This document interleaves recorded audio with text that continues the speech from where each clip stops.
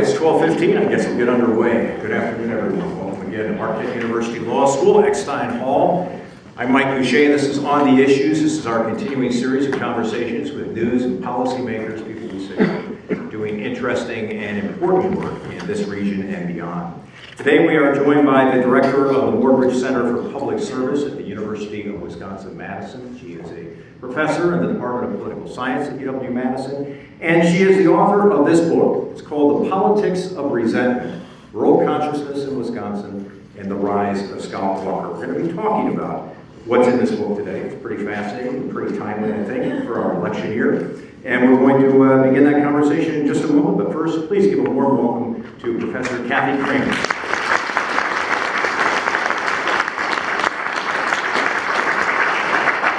Good to have you with us today. Oh, it's an honor. Thank you for inviting me. Yeah, thanks for making the drive over from Madison today.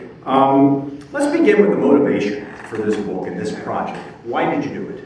Well, I love Wisconsin is the honest answer. I grew up here in Grafton and have been a political science professor at Madison since 2000. And while I was sprinting for tenure, I was dreaming up in my mind some project that would allow me to go out about in the state and find great pie and bakeries and such. There's a lot of that. Right, there is. The more technical answer is that I studied public opinion, and over the course of my career, I found that the best way for me to understand why people think the way they do about politics is to listen to them talk with one another in the places that they normally spend time in. So I wanted to find a way to go to different communities around the state and invite myself into conversation. So that was the main motivation. So you started in May of 2007. You started inviting yourself into these conversations. How many places did you visit? How many groups of people did you talk to? Who were they?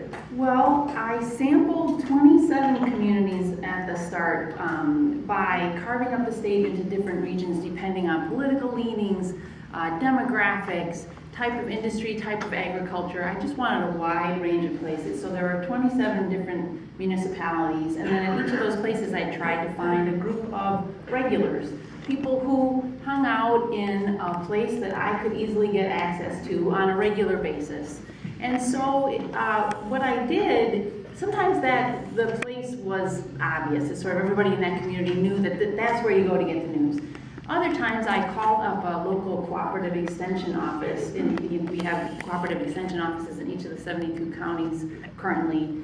And those folks know their communities really well. And I would say, where in such and such Wisconsin can I go to get the news? Where is it that people hang out and visit with one another and share the news? And I ended up spending a lot of time in diners and gas stations, which was a surprise to me. I grew up in Grafton, not a very large community, but it was a surprise to me that in many communities across Wisconsin, a gas station is where people hang out, right? That's kind of the place you go for coffee, and sometimes it's the only place that's not a home or a church.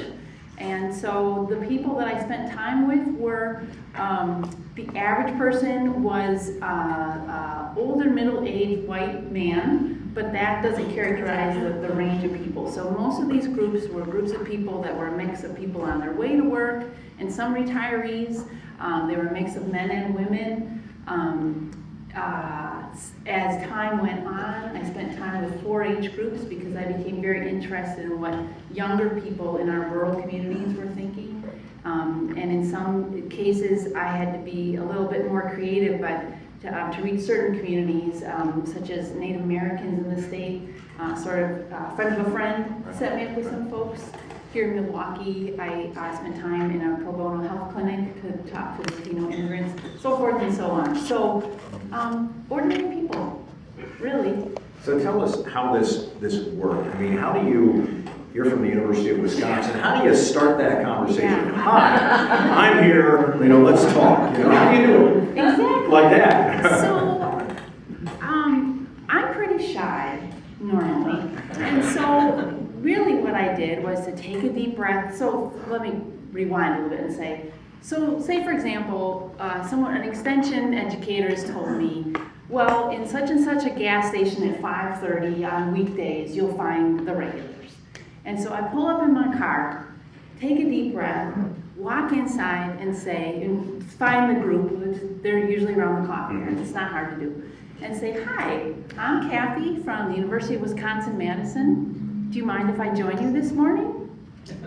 And they laugh, exactly, yeah, they laugh. And then they'd say, sure. I mean, some of the best responses were like, oh, sure, we have nothing else to talk about.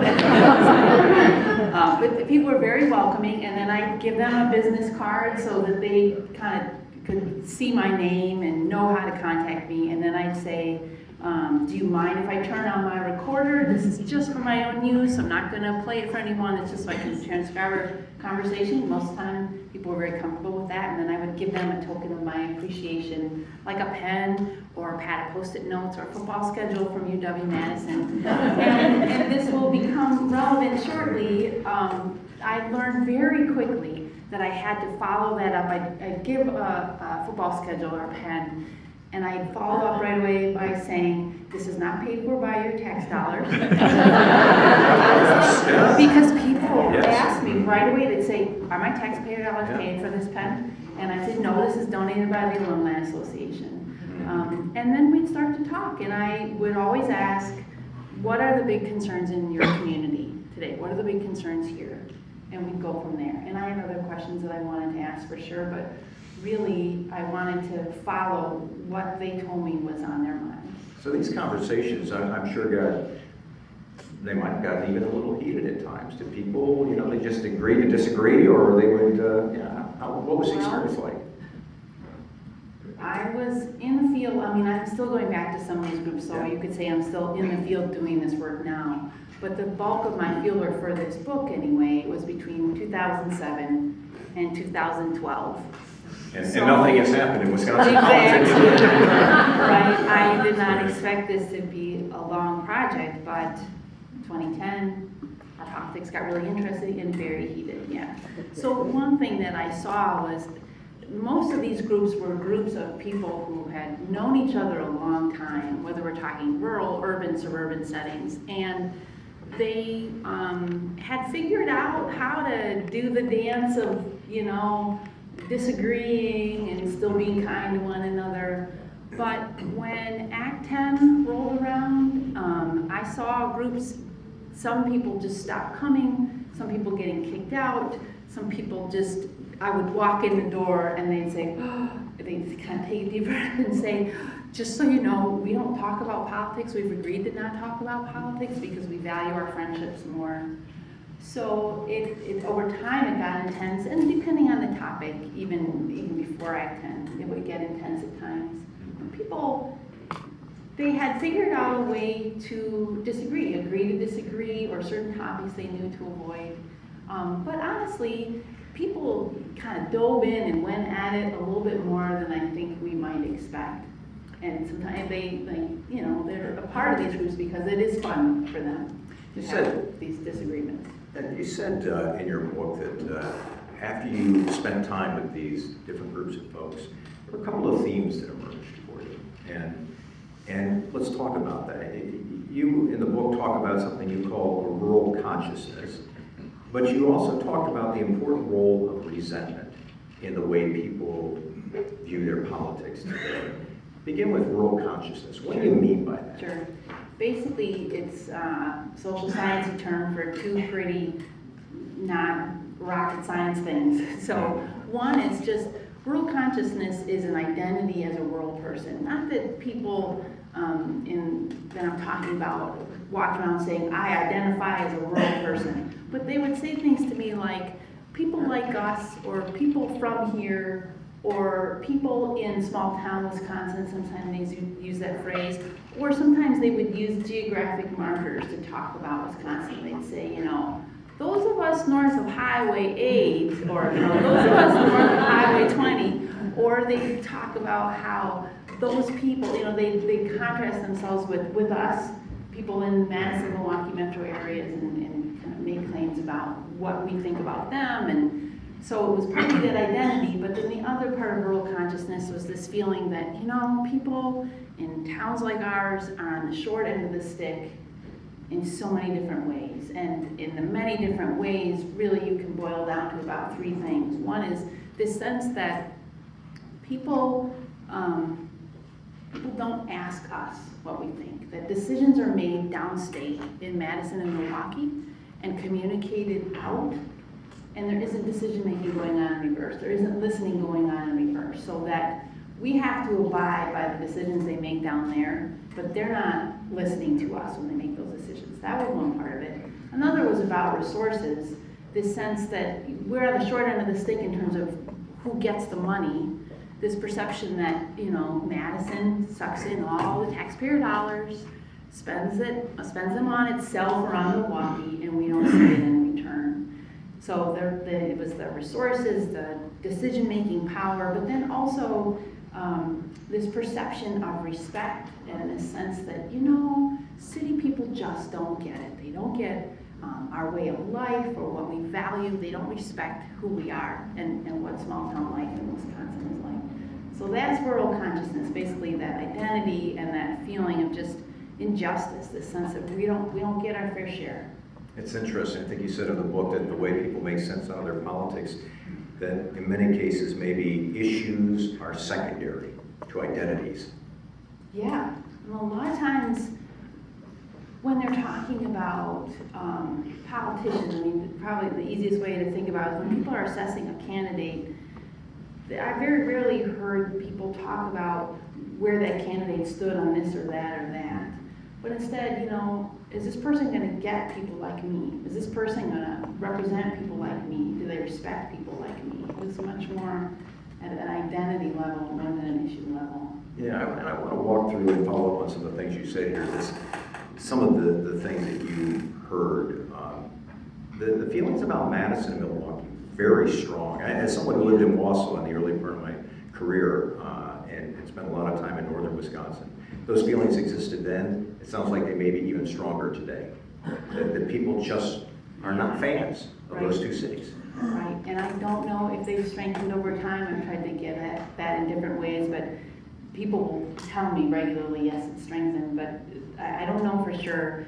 But I was really struck by the intensity of that, and I have to say, I feel a little naive saying that now, and you know, some of the responses I've gotten typically, Mike and I were just talking before about social media, but some of the responses I get through social media and through emails are along the lines of, no kidding, lady, like, how could you not know this, right? How could you not know that gas prices are such a huge deal for those of us out here in Wisconsin? But, you know, I started this field work introducing myself as this person from small town Wisconsin, and I'm from Grafton, and I got corrected on that pretty quickly, like, wait a minute, how many people are in Grafton? You know, and they say, no, small town Wisconsin is, you know, the people in the town can fit on one floor of a UW-Madison dorm. You know, it's not 7,000 as Grafton was when I was growing up.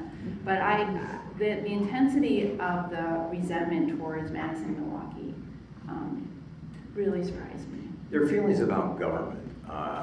One of the things in the book that I found really interesting was you're talking about going back and talking to them about the Great Recession and how that had affected these people, especially in what I'll call upstate Wisconsin. I know some people hate that term, but parts that are not in around Madison and Milwaukee. But and you say in the book that they didn't see a lot of difference in their lives when the Great Recession hit. Prior, their lives were pretty much the same. During, they were pretty much the same. Right. Not a big difference. Right. And one example conversation, I think I write about this in the book, was I was asking them, you know, how are things going here? How's the economy, like the local economy feeling? How are you all doing? Oh, not, you know, pretty good. And I was really intrigued, and I said, so do you think things are kind of picking up around here? Things like, no. See, we've been in a recession for 30 years, so it wasn't bad, you know. That was surprising. It seemed the Great Recession, they, you know, talked about it increasingly over the time that we all started talking about it more, but it really was sort of like, well, here it comes again. It's interesting, you hear people talk very openly about not having health insurance. Just kind of, this is just couldn't afford it, couldn't do it. Right. Trying to balance the checkbook every month, and you just can't do it. It was very common, it was not uncommon at all. Not uncommon, yeah, and that was surprising too. I mean, I am very fortunate to be, working for a great university and have a great healthcare policy myself, and that would come up often.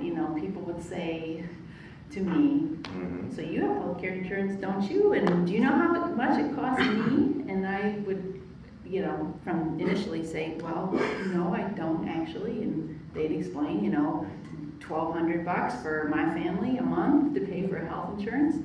Really quite shocking. But then just as common would be people, well, say to me, I can't afford it, and I've never had health insurance. So I just sort of, and then they sometimes be very proud about saying, I've never called in sick a day in my life. But then they were very mindful that it's a risky endeavor, that they're kind of just biding their time till some kind of health catastrophe, and that would really be a hardship. It was interesting though, they in your conversations, they weren't asking government to step in and help. Yeah. Tell us about that. Well, great question. When I first started my field work and I'd ask this question, what are your big concerns in this community? Healthcare almost always came up. So healthcare is a great example. Whether people were talking about it as people who were employers and didn't obtain healthcare insurance through their work, or they were small business owners and were struggling to pay for health insurance for their workers, or unemployed people, across the board. But then when the 2008 presidential election happened, and then the healthcare debate kind of ramped up once President Obama was in office, people took partisan sides in terms of what should be done with respect to healthcare.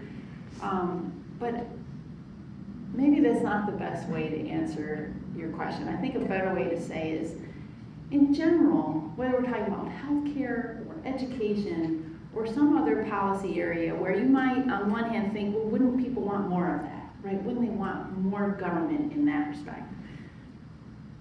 Often what I heard was people saying, look around at our community. Whatever government is doing is not working for us. Why would we want more of it? And with respect to healthcare, a common refrain was, anytime government gets involved in something, they mess it up.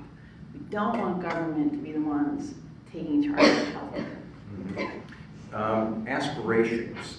This was striking to me.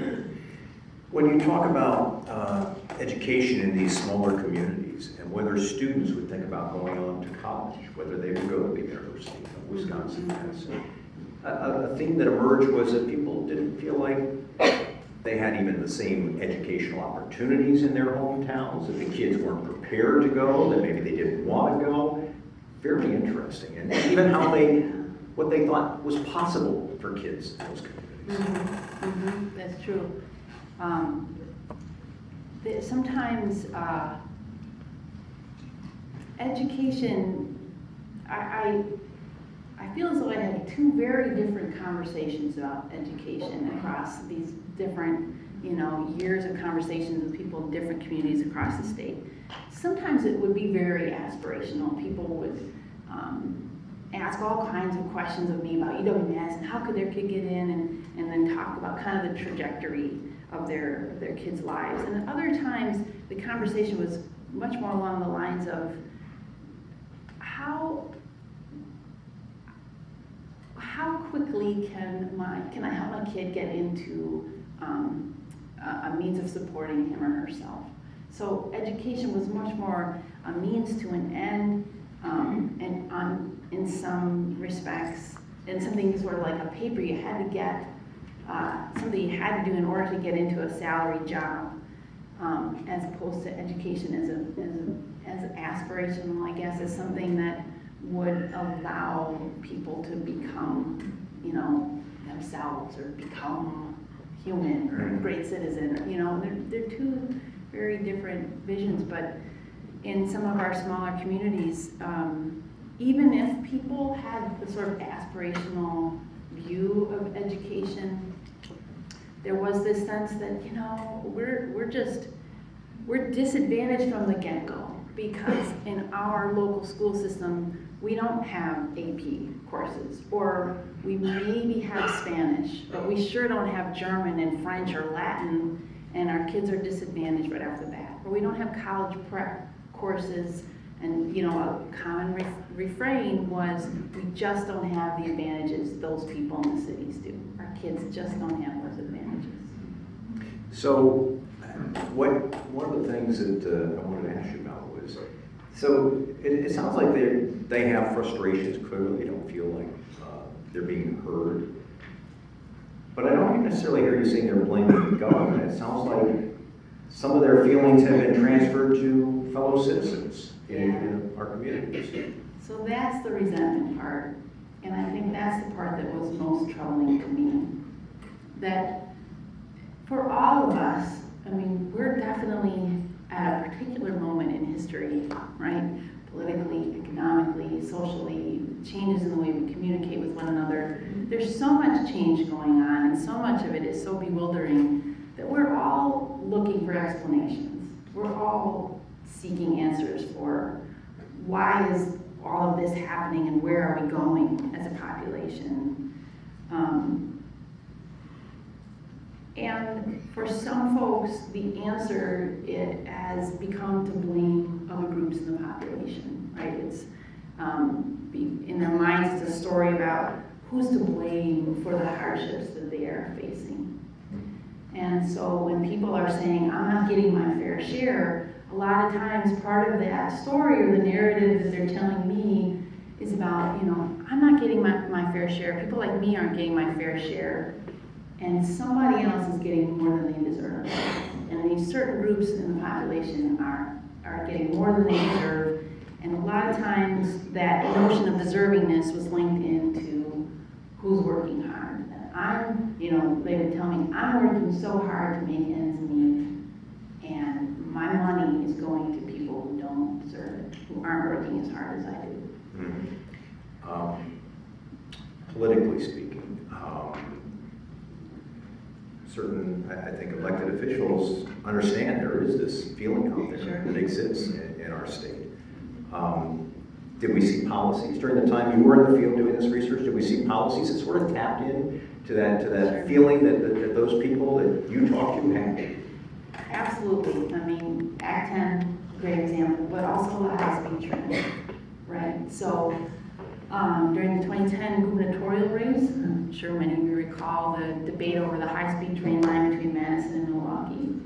And Scott Walker, very savvy about tapping into that resentment that people in the city get everything. People down there in the cities get everything. And basically, when he was arguing about the high-speed train line, he was saying things during the primary and during the general election. You know, I'm not going to take that money, because that money is money that could go to pay for roads in other parts of the state that people in Eau Claire, Black River Falls, they're not going to see the benefit of that train line between Madison and Milwaukee. So that was, one use of that kind of resentment. But then Act 10,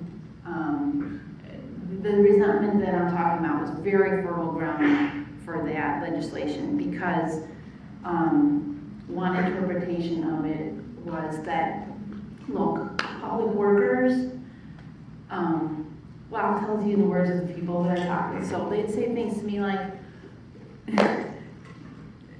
when do you take a shower? They would ask me. They'd say, so, Kathy, when do you take a shower?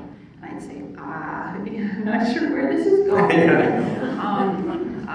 In the morning. And they'd say, see, I take a shower at the end of the day. I work so hard, Kathy, that the first thing I have to do when I come home is take a shower.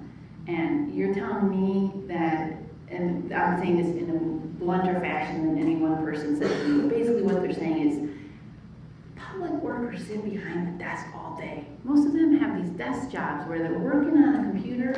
They're not breaking their back like I am in the lumber industry or what have you.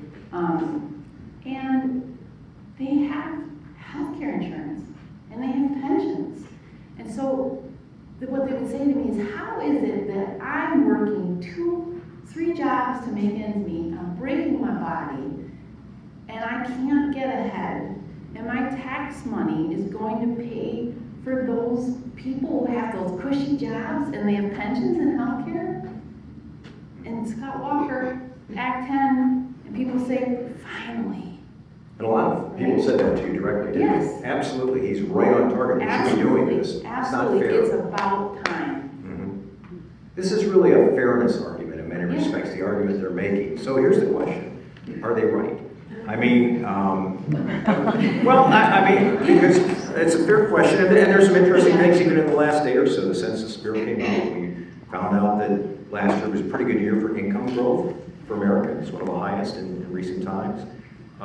But if you look inside those numbers, it was really good for people living in cities and in larger metro areas, and not too good for people living in rural areas. So there is this feeling out there on the part of some people that, forgive my French, we really are getting screwed. Is there evidence of that? It's probably not a simple question, I'm sure. It's not a simple question. So one type of evidence that I spend a lot of time looking at is, where are our taxpayer dollars allocated? And looking at how rural, but on the county level, how rural a county is, and how much state dollars or federal dollars go to a particular county. It's, on a per capita basis, it's not actually the case that rural folks get fewer taxpayer dollars. And it also does not appear, and I'm talking primarily about 2010 dollars here, it does not appear that rural folks are paying more into the pot, that they're paying more taxes than people in suburban and urban areas. And when you sort of combine those two things together to make a fair share calculation, meaning are people paying in more than they're getting back? Again, it doesn't look like rural counties are disadvantaged on people living in rural counties. So you might look at that and say, well, see, they don't know what they're talking about, and they're not right. Well, there's that, but then there's also, when you look at the level of poverty and unemployment and median household income in the state, all those things are worse in our rural counties. And so our rural counties are in a really hard spot.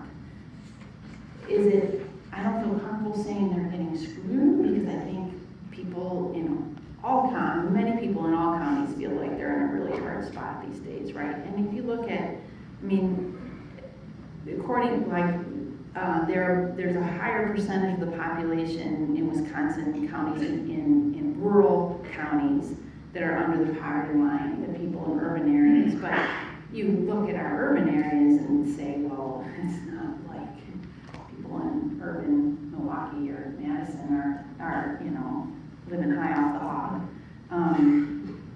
It is hard to go to rural Wisconsin and look around and not think, these people are getting screwed.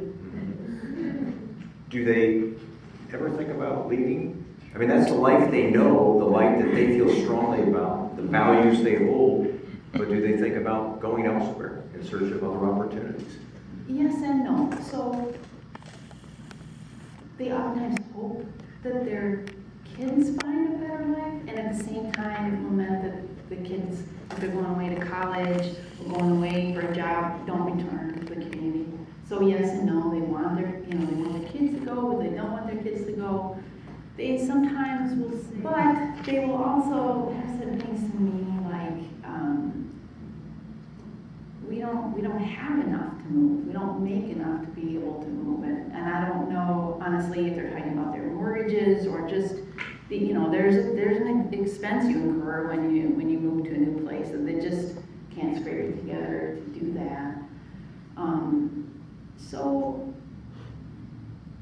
But part of the answer too is that, like all of us, if you've lived in a place for a while, especially if you're someone who identifies as a small town Wisconsinite, it's a part of you.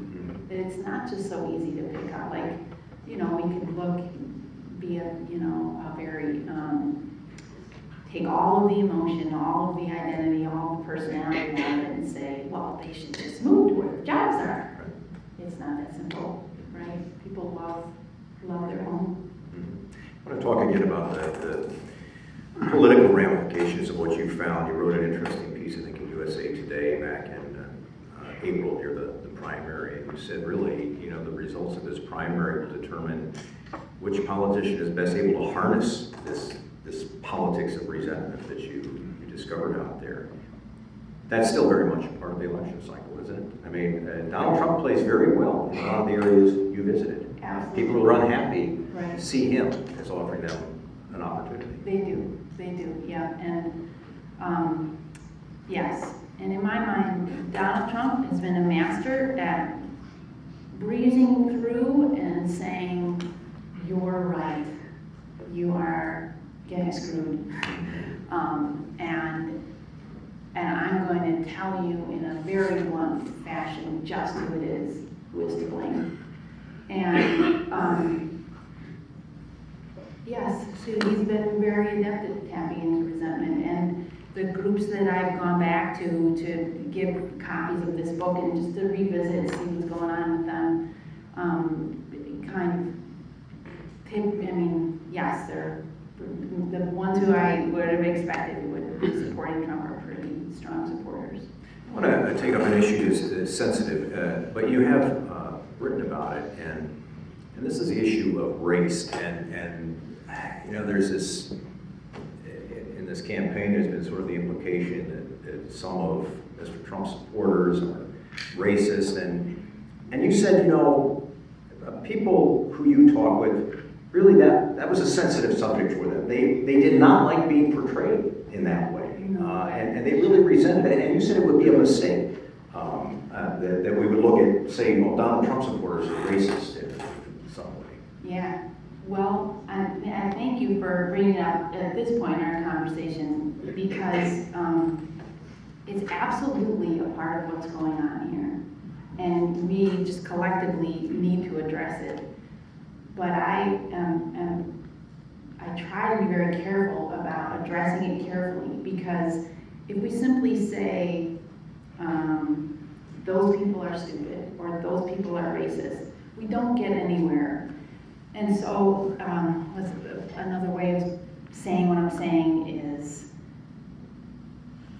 people's resentment, so white folks' resentment towards people of color is absolutely a part of what's going on when they say those people in Milwaukee, or we know through analyses of stereotypes, like stereotypes of who is lazy in the population are often very strongly connected to racial stereotypes.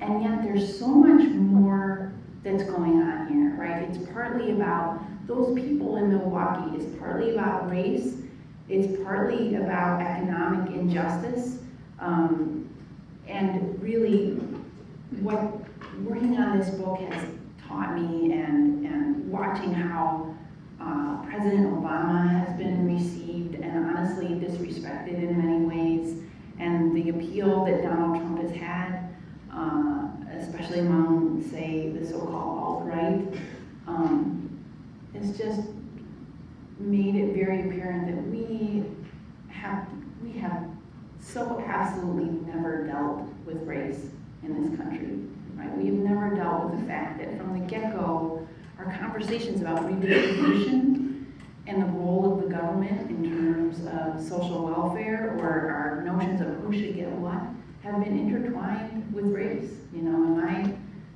my sense of controversies over how big the government should be and redistribution is that when the federal government finally became big enough to actually have some say over redistribution, after the Civil War, during Reconstruction, almost immediately race became a part of those conversations. When newly freed slaves and farmers, there was a potential for a coalition there. People who did not want that coalition to happen used race as a way to separate those folks. And that kind of legacy is still with us when we talk about, what should be the role of government and who's deserving or not. And it's bubbling up. You have said that you sort of grew up with this notion as a native Wisconsinite that we were Wisconsin nice. Do you think those days are gone forever? Are we not so nice now? That's a great question. I mean, it's different now, right? I mean, something has shifted, but I still, so when I started my fieldwork, I was driving a Volkswagen Jetta. Now I'm driving a Prius. So I still walk into these gas stations, and here I am, this woman, social science professor from Madison, and folks are super nice to me.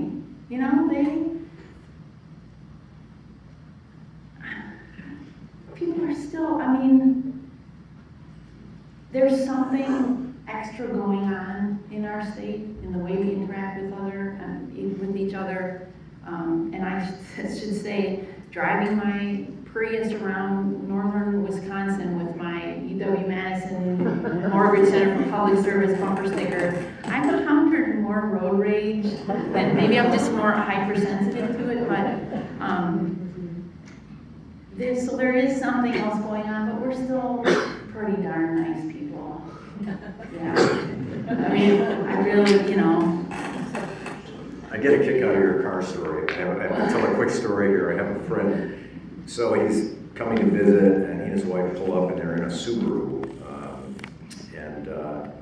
And he said, so he was down in Oklahoma with his brother-in-law. And his brother-in-law is a Republican, and said to him, so do those things come out of the plant with the Obama bumper sticker right on?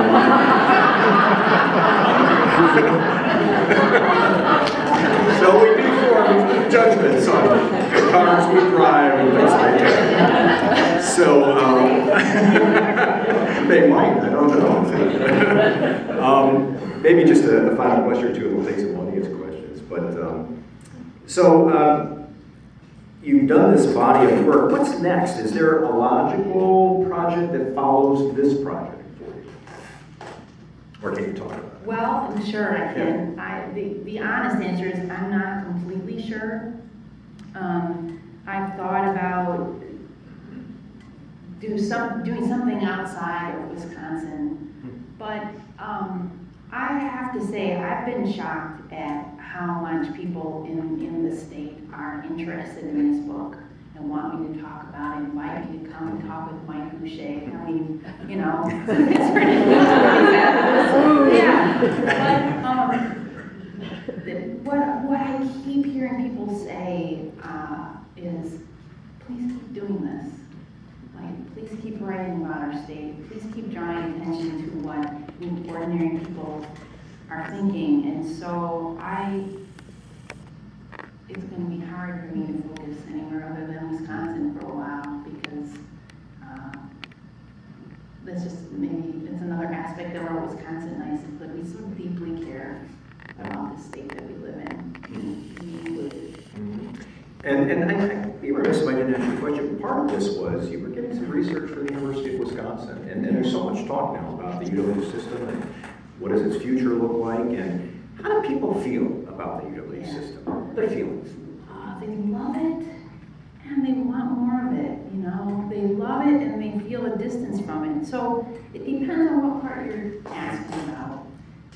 So I asked point blank about UW-Madison, and then I heard a lot about other system schools and extension, including public radio.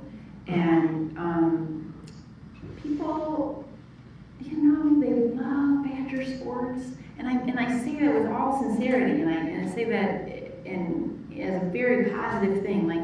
There are hundreds of thousands of people in the state who feel a deep connection to UW-Madison, even if they've never gone to school here, don't have a relative who's gone to school at UW-Madison.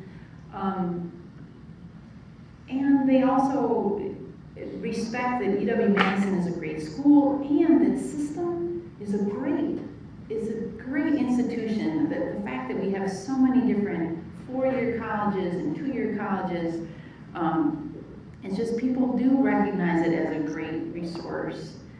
And yet there is, I encountered often a feeling of distance from UW-Madison and sometimes the other system schools too, along the lines of it's so expensive, it's very hard to get in, the faculty are lazy, liberal, and elitist. Giving them my business card, they know that we didn't have more time with you, honey.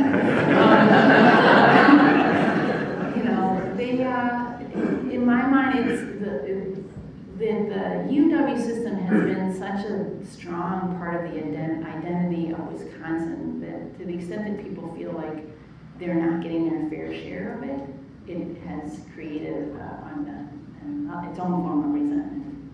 Interesting.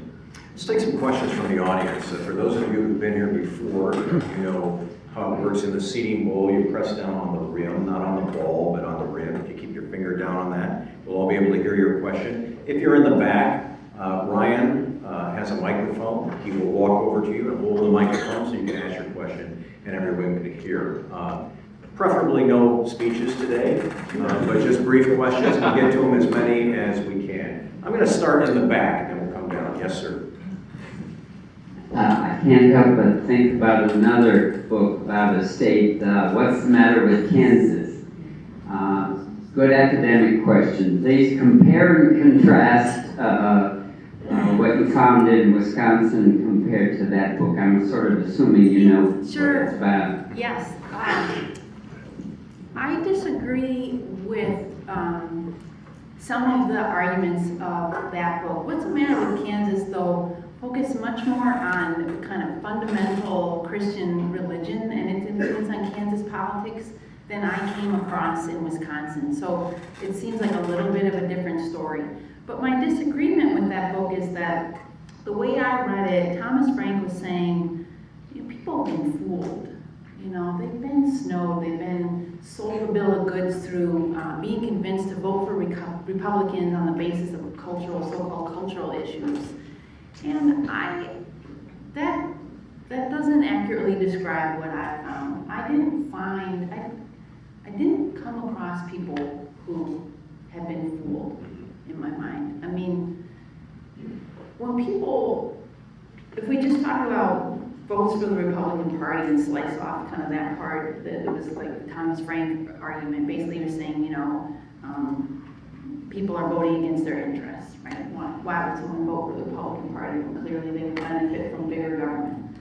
Well, people had explanations for me about why they didn't want bigger government, along the lines of, look around, whatever government's doing is not working for us. Or, for example, with respect to education is a great example where people would say, of course we value education, of course we want better schools in our community, but I tell you what, you raise our taxes to pay for better education, we're not going to see that money. It's all going to go to Madison and Milwaukee. So people, whether that's accurate or not, we can have a debate about that. But people, they look around and see great AP offerings in suburban Milwaukee, right? Where are they up here? The biggest contrast I would say is I'm not saying people are stupid or have been fooled. Let me I'll go. You have a question? Yes.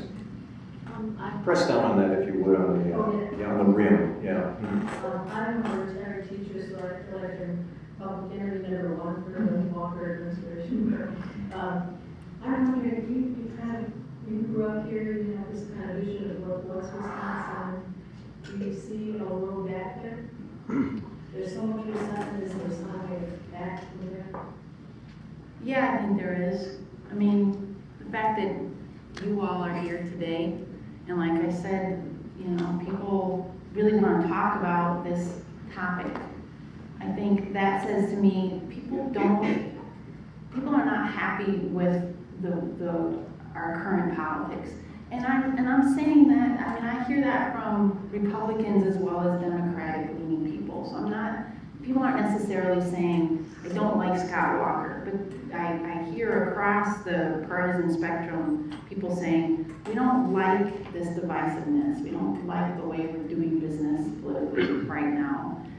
And to me, that's the start of the turnaround, right? When there's a broad enough sense that whatever, whatever we have in place right now is not working and is not consistent with the Wisconsin that we know and identify with.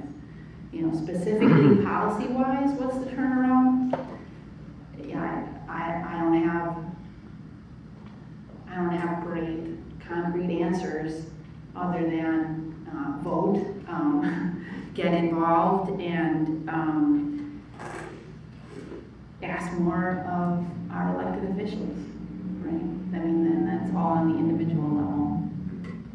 I just keep forgetting this side of the room. I feel bad. I'm gonna go back. There are a couple of questions right there in the back. If you can hang on, there's one right behind you. I'll have Ryan go over there. You mentioned the sense of inequity around Act 10 particularly, where most people have a pension, most people have health care. Did you encounter much feeling of how do I get mine rather than how do I take it from them? Is that a different level of equity? Usually when I encounter that question, it's in forums like this, like when people raise the question. And in these conversations, people I didn't come across it kind of naturally, you might say. It didn't just come up in the conversation. But when I would ask people, one question I started to use was, so tell me, why are we talking about this in terms of public employees versus private employees, versus say like the haves and the have-nots? And people would say to me, well, public employees are the haves. And so really the question of, how is it that all workers could be the haves just really was not in folks' consciousness. It just wasn't a part of the conversation. Yes. I was going to ask about, you were saying that all of all the counties seem to be getting about the same amount of money, from either the feds or from the state, but that the people in the rural areas felt like that they were getting screwed. Where is their money going? Yeah. So I'll just add on that a little bit. What I was saying is that on a per capita basis, it didn't vary substantially, and if anything, it looked like rural areas are getting a little bit more per capita in terms of state and federal dollars. But when it's really kind of an economies of scale thing. So rural communities, when I say you can go to rural Wisconsin and look around and think, yeah, it looks like they're not, something is off here. They're not getting their fair share, they're getting screwed, however you want to put it, is partly because the demands that are being put on our municipalities these days, in some respects it's easier for the larger places to meet them because of their tax base, because of economies of scale. And there are things that rural communities are just falling through the cracks, that they can't, they don't have the tax base to pull together the resources to provide the things that maybe a suburban or even an urban community can. And it's partly the demands being put on the local governments, but also it's, the changes in agriculture is part of the story. The changes in just the urbanization of society and the fact that our jobs increasingly are located in urban areas. And then, yes, there's telecommuting, but broadband is a huge issue in this state, and a lot of our small communities just don't have the ability to support telecommuting. So, just in a variety of ways, our rural communities are experiencing this sense of loss, and so their money isn't necessarily going someplace else, but in their minds, They don't see a change for the better. right. And in a lot of our smaller communities in Wisconsin are tourist communities, right? And so they're faced they see it up close and personal, that there is wealth somewhere, and it seems to be coming from those people who live in the cities, right? So they go to their grocery store and see the, holy fancy food and holy fancy liquor section. That's not for us. Right. That's for those people from the cities. And so their sense of where the money is going is to the cities. Yeah. Yes, right, I'll get there. I'm gonna do woman next to you, and then I'll get to your question. This is great, thank you. And Thank you. it's wonderful listening to you relay the conversations that you had with them and the attitudes that you perceived from them.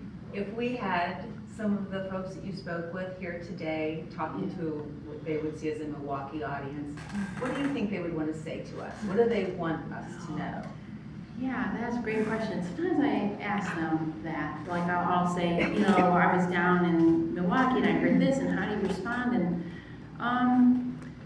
it kind of varies across groups. So one thing that often comes up is just kind of a request to consider, like, or to notice what's going on in their communities. Sort of a, would you please just not pass through as a tourist, but understand what our challenges are?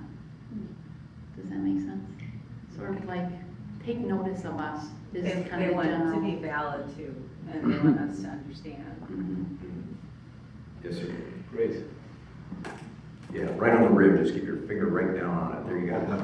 Thanks, Professor. Thanks for coming to Marquette today. Look forward to Thanks reading for the having book. The attitudes you described, at least in this conversation, seem to fit the narrative you've also outlaid that describes how Governor Walker has benefited from these attitudes. But clearly, Democrats, even liberal Democrats, have won the state of Wisconsin statewide. Barack Obama, Tammy Baldwin, Herb Cole, Russ Feingold. How does that fit into the narrative you've described, and are they doing something differently? What do those that maybe don't as obviously benefit from those attitudes that you've described need to do to win the state? Or are they also tapping into some of that resentment in a way that's a little less obvious? Good, great question. Well, you have at your disposal a great resource here at Marquette in the form of Charles Franklin. So Charles Franklin and the Marquette poll have taught us a lot about what's going on there. And one thing is that the electorates in the different elections, so Governor Walker has been elected in so-called off-year elections, right? And who turns out for an off-year election is different than who turns out in a presidential election. And the composition of those electorates have a lot to do with the difference who wins. And so off-year elections currently advantage Republican candidates, and presidential elections advantage Democratic candidates. But also when you look at the campaigns of the Democrats who have won these kind of statewide offices, it seems to me that one thing that they've done is successfully tapped into this desire of people to be listened to, or to have a candidate who seems to resonate with who they are. So Tammy Baldwin, for example, it seems to be sort of pundits' consensus that one thing that was very useful or very effective in her campaign was this portraying of Tommy Thompson as someone who's no longer on your side. He's no longer a Wisconsinite, right? He went away to DC. He's no longer somebody who's going to get you in the famous way that Tommy Thompson used to get you or understand you.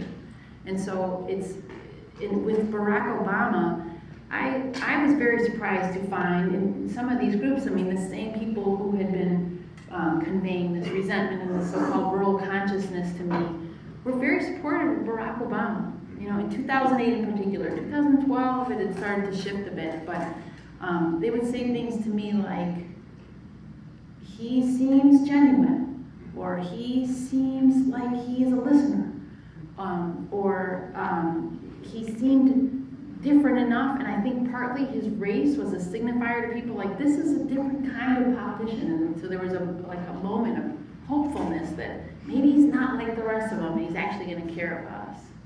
In your opinion, real quickly, and we'll take a couple questions from the center section here. Was Bernie Sanders tapping into the politics of resentment, or is that different than what Donald Trump has tapped into? It's I different. mean, he won 71 of 72 counties. Yeah, different but similar. So similar in the sense that this presidential campaign had, I mean, both Sanders and Trump have shown us that a lot of folks really, really dislike politics, right? And are really The way it's not practiced happy. today. Mhm. Yeah, they're really not happy with the Democratic Party or the Republican Party. But the Sanders was not making the argument, you know, I hear you, you're right, you're not getting your fair share, and so therefore, you know, government, we need less government. Clearly, I mean, Sanders is not that form of a candidate, and really wasn't tapping into resentment in the same respect of sort of pointing fingers at particular population groups and saying it's their fault, so we need to build a wall or, you know, implement this type of policy to make sure that those folks don't get their unfair share. So different. A little different, yeah. Let me take a couple questions from the center section. Let me go back here in the middle.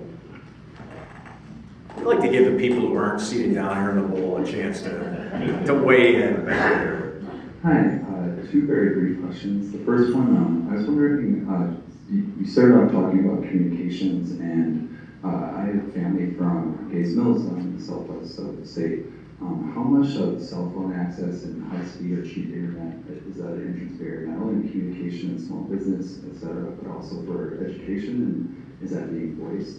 And the second part is, I know you spoke about this a little bit, what were outliers or themes where people are united? I know I tell folks that I'm TW and they're kind of growing similar to your experience that I say I'm a Badger, people say, oh, there's nothing more important than Badger football, you know, I watch. But I know the Rose Bowl, I watch every game, I'm about my father, I'm a Badger, but I don't like TW. So it's consolation or that tension, but what are the things that you're surprised about or themes or things that we're moving that are actually unifying us? Okay, that's great questions. So I heard a lot more about broadband than cell phones. Your cell phone coverage isn't great in some parts of the state, but it didn't seem to be as much of an issue to people as broadband. And I don't have much more to say other than that. Well, one thing I can tell you is just how striking it was to me in